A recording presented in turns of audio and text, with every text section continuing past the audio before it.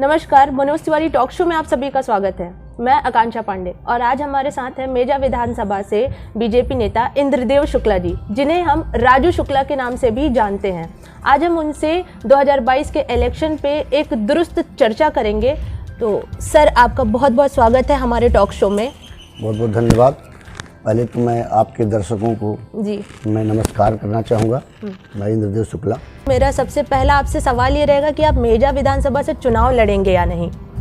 ये तो शीर्ष नेतृत्व तय करेगा कि मैं चुनाव लड़ूंगा कि नहीं, क्योंकि मैं भारतीय जनता पार्टी का एक सिपाही हूँ और मैं इसमें जमुना पार जिले का सहकारिता प्रकोष्ठ का जिला संयोजक हूँ। इस नाते मैं पार्टी का प्रचार प्रसार लोगों के बीच में जाके मिलना जुलना और जो सरकार की योजनाएं हैं उनका लाभ लेने के लिए लोगों को प्रेरित करता हूं कि आप अपना कार्य देखिए, इस तरीके से ये योजना आई है सरकार की, इसका बेनिफिट लीजिए। सर, आप भी बीजेपी नेता हैं और इस समय यहाँ की विधायक भी बीजेपी नेता हैं। जी। तो क्या ऐसे में आप बगावत करने वाले हैं अपनी पार्टी से? नहीं, वो हमारे लिए हमारी विधायक हैं जी, और आगे जो समय निर्णय लेगा जी, पार्टी हमारी निर्णय लेगी वो होगा। सर, जैसा कि मैंने बोला, यहाँ की विधायक बीजेपी नेता हैं, तो नीलम कंवरिया जी अगर चुनाव में टिकट पा जाती हैं तो राजू शुक्ला जी क्या करेंगे? इसी पार्टी से रहेंगे या किसी अन्य पार्टी से टिकट लेके चुनाव लड़ेंगे आजाद उम्मीदवार की तरह? हम ये बताना चाहेंगे आपको जी कि पार्टी एक हमारी पार्टी माँ है जी, और माँ से कोई बगावत नहीं करता, तो बगावत की कोई बात ही नहीं आ सकती।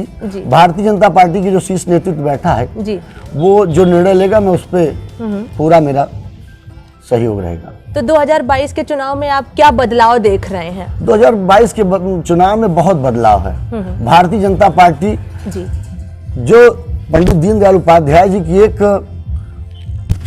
मंशा थी, जो एक एकात्म मानव की प्रेरणा थी, पंक्ति में अंतिम छोर का व्यक्ति बैठा हुआ लाभ पाए, वो माननीय हमारे शीर्ष नेतृत्व के द्वारा प्रधानमंत्री और मुख्यमंत्री के द्वारा अंतिम पंक्ति के व्यक्ति का ध्यान देते हुए सबको राशन, वृद्धा पेंशन, सुकन्या धन योजना और किसानों को सम्मान निधि, गरीबों को मकान, ऐसे तमाम योजनाओं का लाभ नीचे के लोगों को देने का काम किया जा रहा है। लेकिन इस योजना का लाभ सब तक नहीं पहुंच रहा है। नहीं, ऐसा नहीं है। मैं हर प्रत्येक गांव में जा रहा हूं, लोगों को तिलक लगा रहा हूं, लोगों को संपर्क कर रहा हूं। मैं लाभार्थियों से संपर्क ही कर रहा हूं। इस समय मैं बारा गया, दशरथपुर गया, आपके अभी आज ही मैं अनंतापुर और डोहरिया में था, इसके पहले मैं बकचुंदा में था और मैं विभिन्न गाँव में गया, दर्जनों गाँव में गया। मुझे तो ऐसा कहीं नहीं मिल रहा है।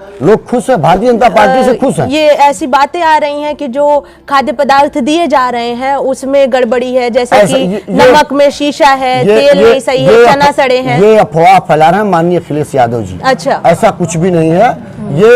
ये विरोधियों का एक भाव है कि गरीब क्यों जा रहे हैं, गरीब क्यों जा रहे हैं भारतीय जनता पार्टी के साथ। गरीब इसलिए जा रहे हैं कि गरीबों की सुनवाई वहां हो रही है।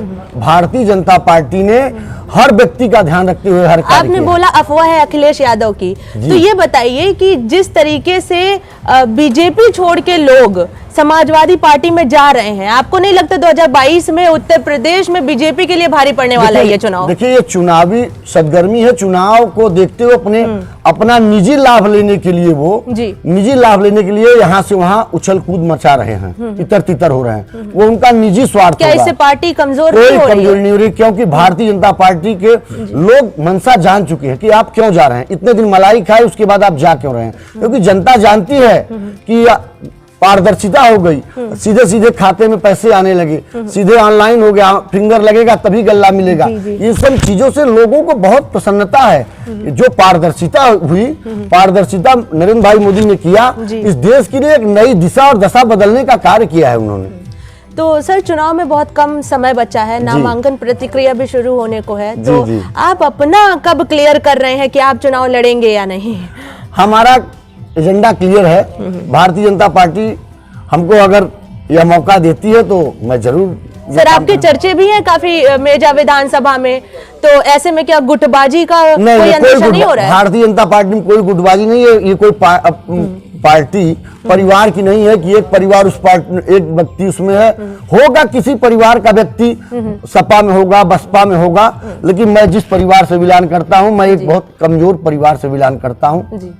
हमारे माता पिता गांव में रहते थे, हम 4 भाई हैं, हम आज यहाँ तक आए हैं। हमारे बाबूजी बॉम्बे बिजनेस करते थे, हमारी माँ और हम 2 भाई, हमारे मझले वाले भाई और मैं, हम गांव में ही रहे, गांव में पले बड़े, आज यहाँ तक देखे हैं दिन। हम जानते हैं कि लोगों की क्या क्या मानसिकता होती है। हाँ, बड़े परिवार कुछ होंगे जो बसपा से भी चुनाव लड़ने की ख्वाहिश रखते हैं और सपा से भी ख्वाहिश रखते हैं, भारतीय जनता पार्टी को ऐसा चलने वाला नहीं है। अच्छा। भारतीय जनता पार्टी ने तय कर लिया है कि आपको एक पहलू पे बैठना होगा, अगर एक जगह रहेंगे तभी आपको सम्मान है। और हम लोग तो एक साधारण परिवार से हैं, जनता अगर जनता का आशीर्वाद रहा तो जो भी जनता का आशीर्वाद रहेगा उस पर हम पूरा उनका चलिए सर, ये तो बिल्कुल प्रणाम सही बात करते है। हैं।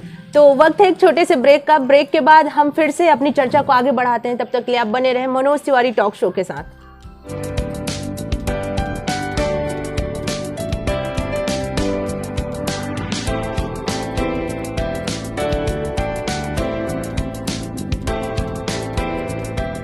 ब्रेक के बाद आप सभी का एक बार फिर से स्वागत है। हम अपनी चर्चा को राजू जी के साथ आगे बढ़ाते हैं।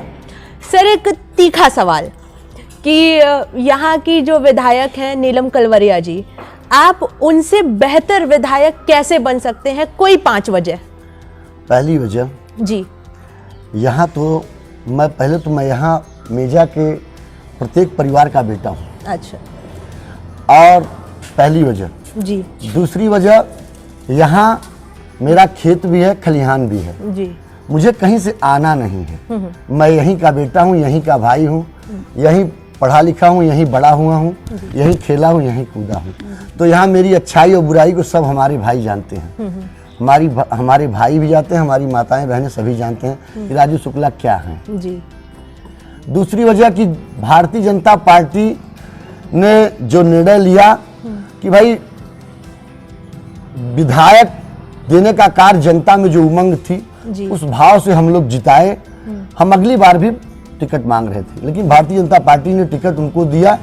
तो हमारा समाज पूरा, हमारे बच्चा बच्चा हमारे गांव का जी, हमारे मेजा विधानसभा का लग के भारतीय जनता पार्टी को जिताने का कार्य किया, क्योंकि राजू शुक्ला उनका भाई, उनका बेटा भारतीय जनता पार्टी में समर्पित कार्यकर्ता था। लग के पूरा हम लोग एड़ी से चोटी तक जोर लगा के हर बूथ पर जाने का काम किए और हर जात समुदाय से मिलने का कार्य किया और हर जगह पहुंच के अपनी हम लोग अर्जी लगाए पार्टी के लिए। और पार्टी ने उस बात को, जनता ने उस बात को सुना और पार्टी की विजय हुई जी। यहाँ व्यक्ति की विजय नहीं हुई थी, भारतीय जनता पार्टी की विजय हुई जी। तो आज आप इस समय मेजा विधानसभा में क्या समस्या देखते हैं? समस्याएं तो देखिए, सरकार की योजनाओं से कोई समस्या नहीं है, इतनी अच्छी व्यवस्था है, चाहे बिजली हो, चाहे सिंचाई हो, चाहे जनधन खाता की योजना की व्यवस्था रही हो, चाहे राशन की व्यवस्था रही हो, सबसे लोग खुश हैं। और पार्टी के सर, कुछ तो होगा जो आपको लगता है कि हाँ ये समस्या है। देखिए, मैं मानती हूँ कि इस समय बीजेपी की सरकार और बीजेपी की विधायक दोनों हैं, लेकिन कुछ तो समस्या होगी जिसे व्यक्ति विशेष से लोग नाराज हैं। अच्छा। नो डाउट, व्यक्ति विशेष से नाराज हैं जी, इसमें कोई वो नहीं है, क्योंकि आपने विजन बनाया होगा कि जब मैं विधायक बनूंगा तो इस समस्या को मैं पूरा करूंगा, तो उस हिसाब से कोई तो समस्या होगी। देखिए, उस जो वो व्यवस्थाएं हैं जी, हमारी वर्तमान विधायक हैं, मैं वर्तमान विधायक के खिलाफ तो आपसे कुछ बता नहीं सकता, पहले चीज समझ लीजिए। और वो जो भी विजन है ना, हमारी पार्टी ने सब पूरा किया है। जी जी। विधायक के ऊपर कोई सवाल ही नहीं आता। अच्छा। अब उनका जाने आने का अलग विषय है, लेकिन अगर हमारी सरकार पार्टी ने मुझे मौका दिया जी, और हम इस जगह पहुंचते हैं, तो मैं क्षेत्र के लिए सोचा हूं कि युवाओं के लिए विशेष करके एक खेल कूद के लिए विशेष व्यवस्था की हम प्रयास करेंगे कि स्टेडियम हुआ, खेल कूद के लिए हुआ, ये विशेष लाइब्रेरी हुई पढ़ने के लिए, ये प्रयास करके हमारी विशेष फोकस है। और रोजगार को लेकर मैं अभी गांव में घूम रहा हूं जी, मुझे ये चीजें ज्यादा मिली कि लोगों का पलायन बहुत ज्यादा है। जी जी। गांव से युवा पलायन कर गए हैं, बूढ़े माँ बाप बचे हैं, युवा भाई रोजगार के लिए बाहर जा रहे हैं, तो मैं प्रयास करूंगा कि यहाँ भी कुछ न कुछ अपनी विधानसभा के अंतर्गत बड़ी फैक्ट्रियाँ या बड़ी मिलें आएँ और वो लगाएं, लोगों को कामकाज मिले, यहाँ का युवा रोजगार हो, अपने बूढ़े माँ बाप का ध्यान रखते हुए उन पर अपने परिवार में साथ रहे। सर ऐसा क्या हो जा रहा है कि यहाँ का युवा पलायन कर रहा है? रोजगार क्यों नहीं सबको मिल पा रहा है, जबकि सरकार तो बीजेपी की सरकार बीजेपी की सरकार सबको रोजगार तो दे नहीं पाएगी। इतनी बड़ी आबादी का प्रदेश है, आप लोग खुद समझदार हैं, आप लोगों से ज्यादा तो कोई लेकिन जानता सर नहीं। जनता जब वोट करती है किसी एक पार्टी को तो वो इन्हीं उम्मीदों के साथ वोट करती है। सरकारी जब वोट सब देंगे तो उसका फायदा भी तो सबको चाहिए। सबको मिल रहा है पारदर्शिता से। जितनी भी भर्तियां आ रही पारदर्शिता से, पहले पारदर्शिता नहीं थी, एक जात समुदाय के विशेष वर्ग को व्यवस्था बेनिफिट दिया जाता था। अब पारदर्शिता से जो जिस योग्य है उस योग्यता से सरकार की व्यवस्था और नौकरियां मिल रही हैं। अब परीक्षा पास कर रहा है व्यक्ति, अपनी जगह सही जगह पहुंच रहा है, योग्यता से अपने स्थान पे पहुंच रहा है। हम ये कह रहे हैं कि जो कुछ कम भी पढ़े लिखे लोग हैं, अगर हमारे यहाँ पे कुछ बड़ा रोजगार बनता है, बड़े उद्योग कारखाने खुलते हैं, तो लोगों को कामकाज मिलेगा। हम ये नहीं कह रहे कि सबको सरकार नौकरी दे देगी, लेकिन हाँ ये है कि जो जिस लायक होगा वो वहाँ रजिस्ट होगा, ये हमारा उद्देश्य है। राजू जी ये बताइए कि बीजेपी की सरकार ब्रिज और फ्लाईओवर बनाने के नाम से जानी जाती है, काफी बना है, लेकिन सिरसा से हंडिया तक ये फ्लाईओवर क्यों नहीं बना पाई?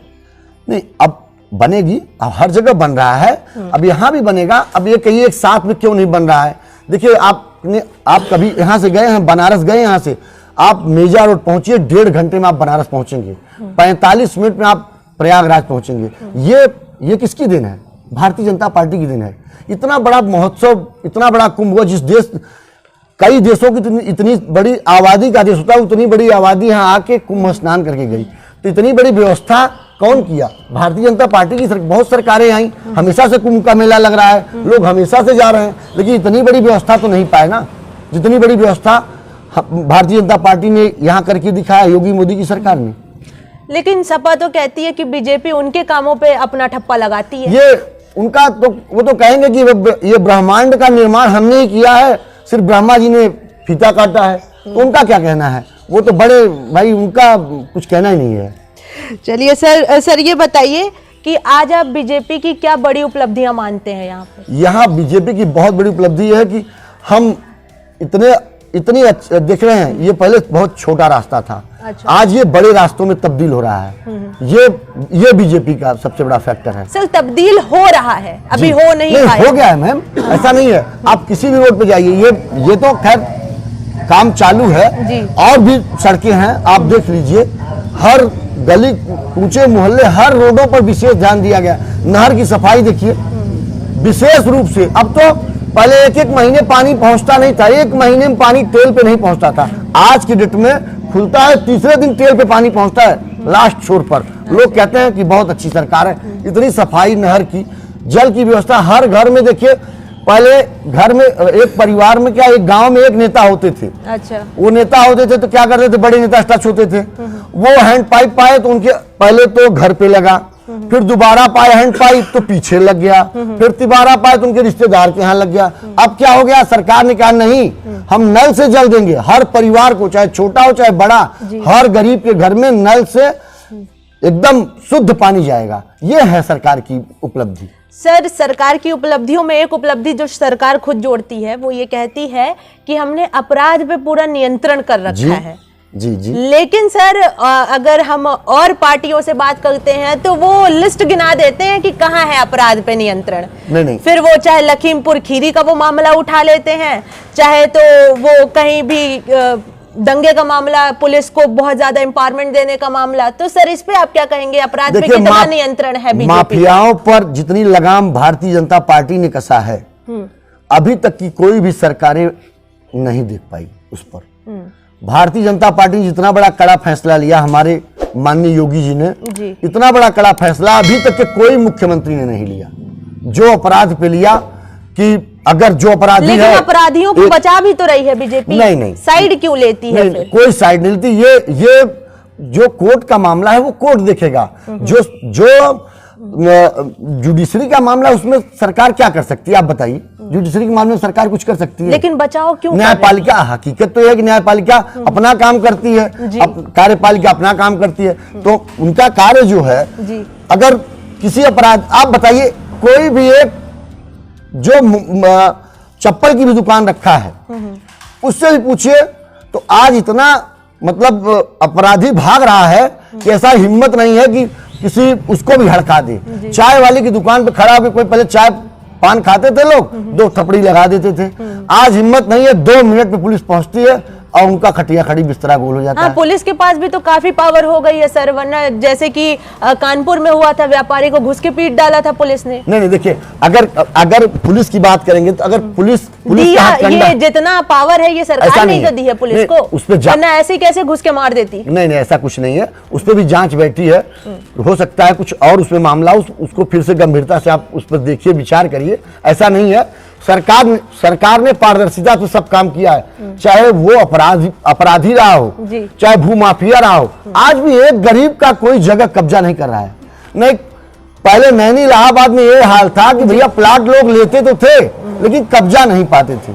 आज प्लाट खरीदते भी हैं, कब्जा भी पाते हैं, मकान भी बनवाते हैं और खुशी खुशी रहते भी हैं। चलिए ये बताइए, मेजा विधानसभा के लिए आपका क्या विजन है? आपने कुछ विजन तैयार किया है? मेजा के लिए हमारा विजन क्लियर है। भारतीय जनता पार्टी की सरकार बनेगी, हम लोग उसमें बखूबी कंधे से कंधा मिला के सरकार बनाने का प्रयास करेंगे, जिताएंगे। सर, आज की राजनीति में आप पहले से क्या कंपैरिजन में आप बदलाव देख रहे हैं? बहुत बदलाव आ गया। पहले लोग कहते जो थे वो करते थे, अब लोगों में जागरूकता आ गई है दूसरी हिसाब की। पहले एक मेट हुआ करते थे, फलाने हम गांव की पूरी वोट दिला देंगे, वो हम दिला देंगे, अब ऐसा नहीं है। आप प्रत्येक वोटरों से अब आपको मिलना पड़ेगा, उनकी मंशा समझना पड़ेगा, उनकी बातों को समझना पड़ेगा कि उनको क्या तकलीफ है।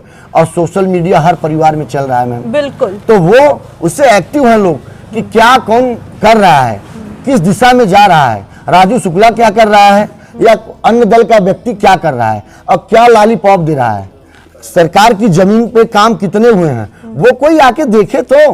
भारतीय जनता पार्टी ने हर परिवार में जाके काम किया है। आज हम लोग जाके मिल रहे हैं, लोग खुशी खुशी, हम तिलक लगाने जाते हैं, वो खुद ही हमको तिलक लगाते हैं कि आप लोग आए, बहुत बहुत धन्यवाद। मुझे आश्चर्य लगता है कि देखिए ये व्यक्ति हम लोगों को जानता है, योगी मोदी तक ये पहुंचा हुआ है, ऐसा है। सर, क्या वजह मानते हैं आप कि विधायक जब तक चुनाव रहता है तो वो विधायकी के लिए, चुनाव के लिए वोट मांगते हैं, उसके बाद चुनाव के बाद जीत गए अगर तो वो गायब हो जाते हैं? हाँ जी, होगा, बहुत लोगों में ये चीजें हैं। सर, क्योंकि आज की राजनीति तो अब लोग अपने लिए करने लगे हैं। लेकिन मैं बता दूं कि मेरा एक संकल्प है कि सेवा ही मेरा धर्म है, सेवा ही मेरा कर्म है। मैं इस उद्देश्य से, मैं 12 साल से मैं इस विधानसभा तहसील के अंदर मैं सेवा कर रहा हूँ। आप किसी परिवार में चले जाइए, मैं आंखों का कैंप लगवाया, मैं जो शोषित थे, दलित थे, गरीब थे, उनके बीच में जाके उनकी कन्याओं के बीच शादियों में जो सहयोग हो सका उनका मैं व्यवस्था किया, और जो बुजुर्ग जिनकी आंख नहीं बन पाती थी मैं उनके लिए प्रयास किया, और ठंड में जो हो सकता था कंबल वगैरह वितरण करने का काम किया। कोरोना काल में, महामारी में 32 दिन में लगातार 500 कुंटल चावल, 100 कुंटल दाल, तेल, एक किट बना के मेरे परिवार के बॉम्बे कुछ बच्चे हमारे रहते थे और मेरे घर के बच्चे सफाई से पैकिंग करा के हम खुद 32 दिन में लगातार कोरोना काल में अपने इस विधानसभा के अंतर्गत मैं हर परिवार में विधवा, वृद्ध, विकलांग, असहाय के बीच में गया हूँ। अच्छा। मैं ये चाहता हूँ कि अगर मुझे मौका मिला तो मैं ऐसे ही सेवा करूंगा। मुझे सेवा का एक ललक है और मैं करना चाहता हूँ, करता भी हूँ, करता रहूंगा, ये मेरा संकल्प है। मेरे माता पिता का एक उद्देश्य था कि बेटा हम 4 भाई हैं, 3 बच्चे हमारे कमा रहे हैं, हमारा नमक रोटी चलेगा, लेकिन बेटा तुम समाज के लिए कुछ करो, क्योंकि समाज में भी हम तो भाई और नहीं तरीके से कर सकते, तो इसी तरीके से समाज की सेवा करना चाहते हैं। आपको क्या लगता है कि जैसे जनता अब जान गई है धनबल और बाहुबल की राजनीति, वो समझ रही है, यहाँ तक कि उसने नकार दिया है इसको। जातिवाद की राजनीति भी नकार चुकी है। 2022 में आपको क्या लगता है कैसे चुनाव लड़ा जाएगा? यहाँ पे चुनाव लड़ा जाएगा भारतीय जनता पार्टी के सिंबल पर और योगी मोदी के कार्यों से। भारतीय जनता पार्टी का सिपाही इस तरीके से लड़ेगा। और रही बाहुबली की बात जी, तो मेजा तो बाहुबली 1 मिनट में उखाड़ के फेंकने का काम करती है। अच्छा। 1 मिनट में बाहुबलियों को बर्दाश्त नहीं करती। यहाँ बाल कुमार भी आए थे, 1 मिनट नहीं टिक पाए। यहाँ कोई बाहुबली टिक नहीं सकता। अगर वो ये सोचता है, किसी को अहंकार होगा कि मैं बाहुबली हूं, मैं 20 टिकट बांटता हूं, 1 टिकट की क्या बात है। तो भारतीय जनता पार्टी एक ऐसी सरकार है कि यहाँ बाहुबलियों को उखाड़ के फेंकने का काम करती है। और मेजा तो विशेष रूप से प्रबुद्धों का क्षेत्र है। तो मेजा में आप बीजेपी का टक्कर किसे मानते हैं? बसपा, सपा, कांग्रेस? कोई टक्कर में नहीं है। भारतीय जनता पार्टी के टक्कर में पूरे प्रदेश में कोई नहीं है।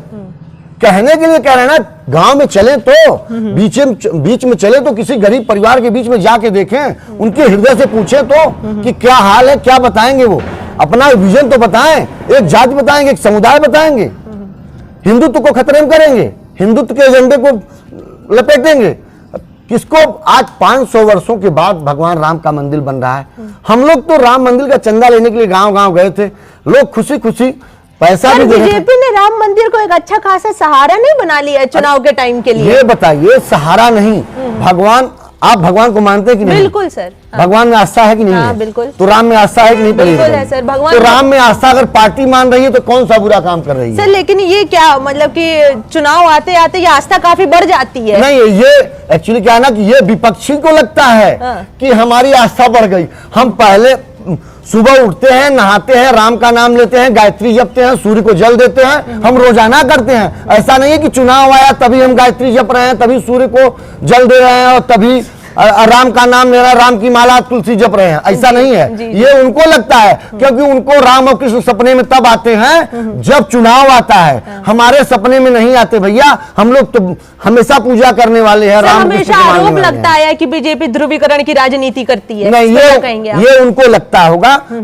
भारतीय जनता पार्टी निष्पक्ष राजनीति करती है और पारदर्शिता की राजनीति करती है। एकदम क्लियर है हम लोगों का विजन कि हम लोग जाएंगे गांव में, हर गरीब का आशीर्वाद मिल रहा है, हर जात समुदाय का आशीर्वाद मिल रहा है। ये कहने के लिए है कि वो ये ऐसा है, वो ऐसा कुछ भी नहीं है। उनकी हताशा है, ये बोल रही है। अच्छा हताशा के अलावा कुछ भी नहीं है। ये अगर मेजा की जनता आपको एक मौका देती है, विधायक बनाती है, तो आप सबसे पहला काम मेजा की जनता के लिए क्या करेंगे?